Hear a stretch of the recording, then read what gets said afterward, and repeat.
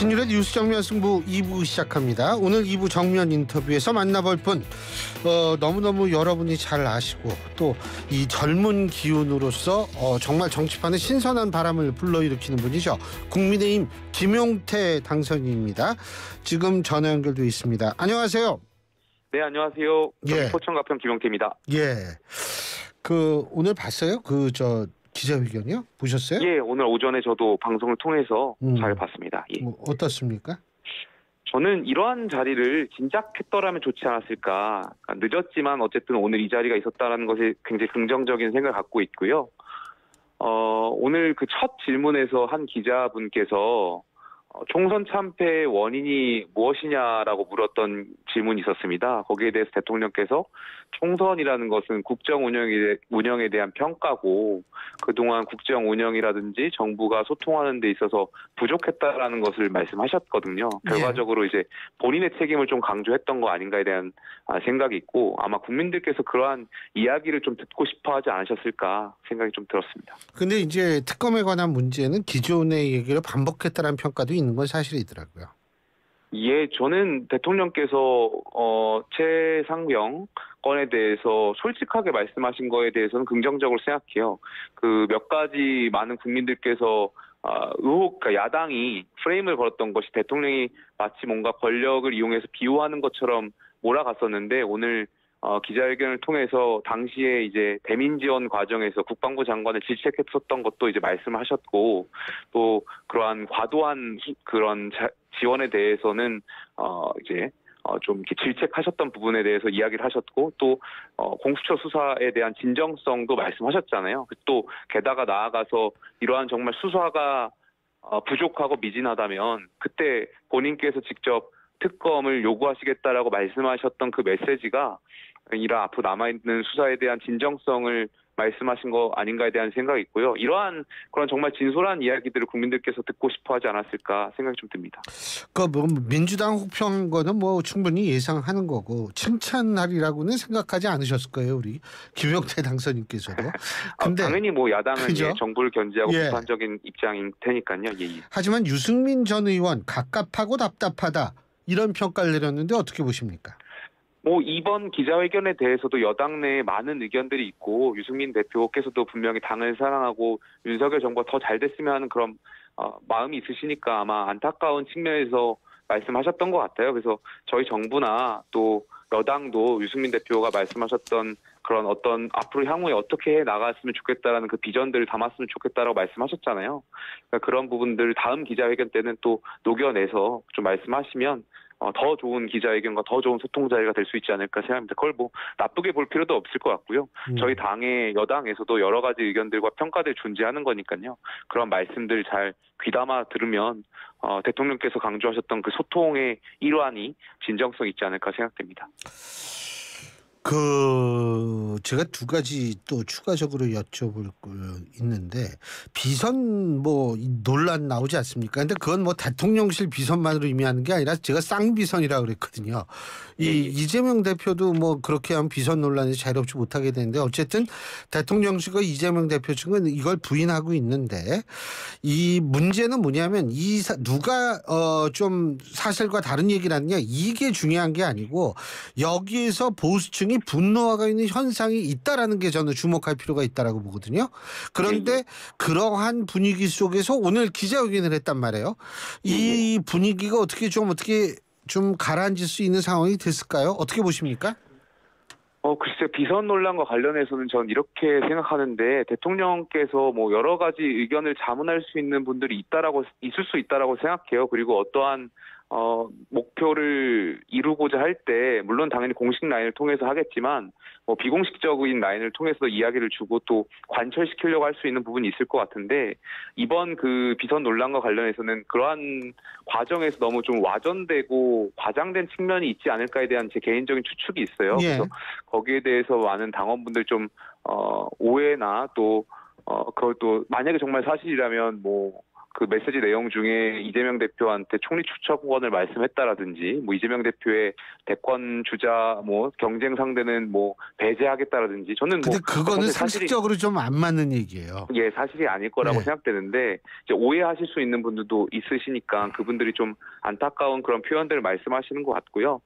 저는 여기에 대해서 이러한 비선 논란이 왜 일어났고 이러한 것들이 왜 자꾸 반복되고 또 그런 풍문으로 도는지에 대해서도 한번 저희가 반성해야 될 지점이 있을 거라고 생각해요.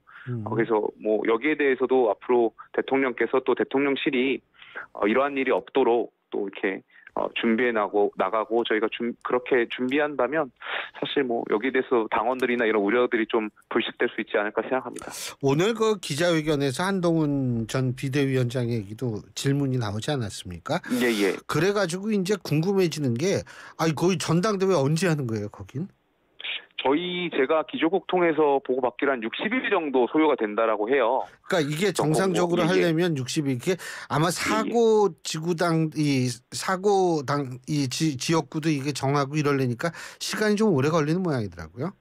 게다가 거기다가 지금 저희가 이번 비대위가 가장 중요한 것, 전당대회와 관련해서 가장 중요한 것은 전당대회 룰을 어떻게 할 것인가에 대한 논의 아니겠습니까? 이 논의를 하는 과정도 제가 지도부 생활을 해봤지만 2주 정도, 3주 정도의 어떤 의견 수렴 절차가 또 필요할 거예요.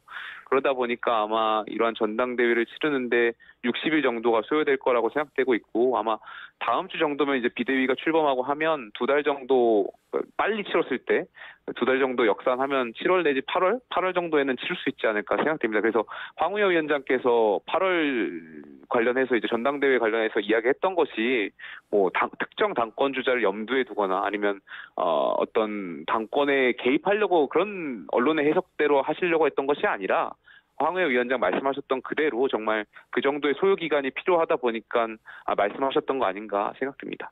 근데 뭐 일각에서는 그 한동훈 전 위원장의 당권 도전하고 연관돼서 물어보잖아요. 그 가능성이 있다고 보세요? 한동훈 전 위원장? 뭐 저는 어제도 한 언론에서 말씀드렸지만 지지율이 깡패라고 생각하거든요. 한동훈 위원장의 물론 권력 의지도 중요하겠지만 지금 현재 나오고 있는 여론조사에서 높게 나오고 있는 것도 사실이고, 저희 지역만 하더라도 한동훈 위원장에 대한 지지층들에 대한 인기가 또 좋거든요. 그러다 보니까 한동훈 위원장도 여러 가지를 고민하실 것 같은데, 당의 입장에서 당의 기준으로 봤을 때는 한동훈 위원장이 출마해서 당권 레이스에 벌이는 것, 그게 전당대회의 흥행인 측면에서는 당의 입장에선 좋다라고 생각되는데요. 다만 한동훈 위원장의 개인적인 관점에서 제가 감히 생각해보자면 저는 오히려 안 좋지 않을까에 대한 생각이 있어요. 왜냐하면 이번 지도부는 정상적으로 가게 되면 2년의 임기가 있는 지도부이고요. 그러면 지방선거를 지휘해야 할 지도부이기도 하고, 또 내년이나 내후년에 있을지 모르는 재보궐선거까지도 지휘해야 되는 지도부인데요. 사실 지금 여당 상황이 그렇게 녹록지가 못합니다. 그러다 보면 이 재보궐선거라든지 지방선거에 대한, 만약에 패배했을 때 또 책임을 져야 되는데, 한동훈 위원장 같은 경우는 대권도 아마 고민하실 걸로 알고 있고요. 그렇게 하다 보면은 대권까지 시간이 좀 많이 남아있는 상황에서 이러한 리스크를 지기에는 조금 뭐 여러 가지 어려운 측면이 있지 않을까 생각이 들어서, 저는 뭐 당을 기준으로 하나 본인을 기준으로 하나 뭐 여러 가지 고민들이 있는 걸로 알고 있습니다. 그래서 그 과정에서 뭐 올바른 선택을 하셨으면 좋겠습니다. 그 한동훈 전 위원장이 많이 나가게 된다면 친윤이에요, 반윤이에요, 뭐 비윤이에요, 뭐예요? 글쎄요, 뭐 저희 당에서 대통령을 저희가 이렇게 지원했고 또 대통령을 선거했던, 대통령이 속해 있는 정당인데 반윤은 없을 거라고 생각되고요. 글쎄요, 뭐 비윤 정도는 된다 이 말씀이신 것 같은데, 그죠? 그건 뭐 오늘 유권자분들께서 판단해 주시겠죠. 윤석열 대통령 저 기자회견에서 뭐 오해 있었다. 이 오해라는 거는 옛날부터 반복되어 있었던 얘기죠.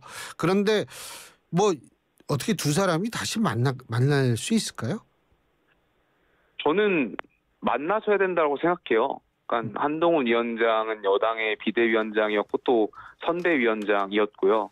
이번 선거는 대통령의 평가와 뗄래야 뗄 수 없는 선거였잖아요. 그러면 당연히 이 선거 과정을 지휘하면서 국민의 민심, 대통령을 향한 민심 같은 것을 많이 청취를 하셨을 거고 실제로 현장 나갔을 때 윤석열 정부에 대한 국민들의 기대치라든지 어떻게 바뀌었으면 좋겠다라는 이런 목소리들을 직접 체감하셨을 텐데 이러한 것들을 대통령하고 만남 자리를 통해서 이야기도 하시고 또 그것이 결국에는 또 대통령을 위하고 당을 위한 길이라고 생각되거든요. 그래서 한동훈 위원장께서도 대통령하고 자리가 있게 될지 모르겠지만 자리가 있다면 거기에 좀 주저하지 마시고 좀 만나셔서 그런 걸 좀 잘 푸시고 또 당과 이 국민을 위한 자리를 만드셨으면 좋겠습니다. 그리고 오늘 거기에 행사가 많잖아요. 그죠? 예. 근데 이제 추경호 전 이 경제부총리가 원내대표가 됐습니다. 예? 예. 어떻게 평가하세요? 추경호 원내대표는 어차피 원내대표는 추경호였었나요? 어떻게 보십니까? 뭐 그런 것은 아니고요. 예. 뭐 저희 부총리도 하시면서 여러 가지 관료 출신이고 또 이런 경제 상황에서 컨트롤 타워 역할을 해오셨고 실질적으로 또 그런 경험을 바탕으로 굉장히 고금리 고물가 상황에서 여당의 원내대표로서 앞으로 정책 민생 이러한 정책을 준비하시는데 굉장히 역할하실 거라고 생각하고 있고요. 또 제가 지도부 생활할 때 원내 수석 부대표를 또 하셨어요. 그러면서 민주당과 협상을 주도하셨고 오늘 또 추경호 대표께서 강조하셨지만 상임위원장 그 당시 21대 민주당이 상임위원장을 독식하려고 하는 와중에도 7개의 상임위원장을 또 협상으로 저희가 가져왔던 경험도 있거든요. 그러니까 지금 여소야대 상황이고 똑같은 상황들이 재현되고 있잖아요. 민주당이 국회의장 당연히 뭐 야당이 제1당이니까 국회의장 민주당이 나오겠지만 법사위원장의 운영위원장의 대부분의 상임위원장을 민주당이 가져가려고 하는 이 상황 속에서 어떻게든 여당의 그러한 협상력을 끌어올릴 수 있는 경험이 있는 분이시다 보니까 그런 역할 좀 잘하실 수 있을 것 같다. 이런 평가들이 당선인들 사이에서 좋은 점수로 이어졌던 것 같습니다. 추경호 원내대표는 상당히 합리적인 정치인이라고 저도 알고 있고요. 그런데 이제 중요한 거는 이 민주당이 지금 거세게 밀어붙일 태세를 보이고 있지 않습니까?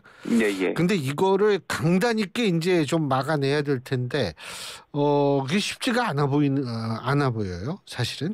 당장 민주당은 지금 패키지 법안이라고 해서 다시 법안을 밀어붙인다라고 얘기하고 있고 조국 혁신당의 대표 법원의 판결까지 나왔던 것을 다시 들여보겠다라는 것을 검토하고 있는 조국 특검이라든지 황운하 특검 이런 것들까지도 검토하고 있다라고 이제 언론을 통해서 확인할 수 있는데요.